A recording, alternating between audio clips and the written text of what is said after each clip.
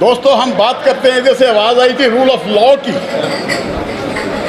पाकिस्तान की हर तहरीक जो चली है वो इस बार रूम से चली है। ये बात ज़हन में रखिए। वो कहा आप नौजवानों ने तहरीकें चलाई, हमारे बड़ों ने तहरीकें चलाई हैं। जब चौधरी इफ्तिखार का मसला बना, जब उसको निकाल दिया तो हम एक डिक्टेटर मुशर्रफ से टकरा गए थे। याद है सबको?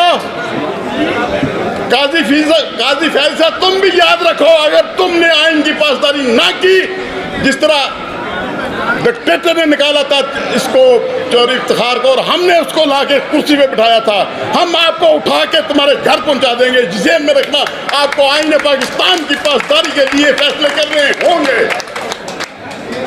आपको किसी पीडीएम का हिस्सा नहीं बनने देंगे।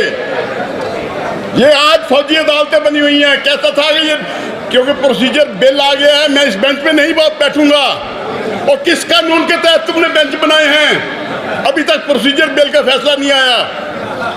और अनपढ़ों से तो बात करो और भूनतारड़ से बात करो जो करनी है, हमसे मत करो। हम कानूनदान हैं, हम इंसाफ की बात करें। और काजी फैजी साहब, तूने बेंच किस कानून के तहत बनाए? क्यों उस दिन बेंच से उठ गए थे? तूने पूरी दुनिया में मेरी अदलिया को रुसवा किया है। ज़हन में रखो, हम बुकला निकल पड़े हैं।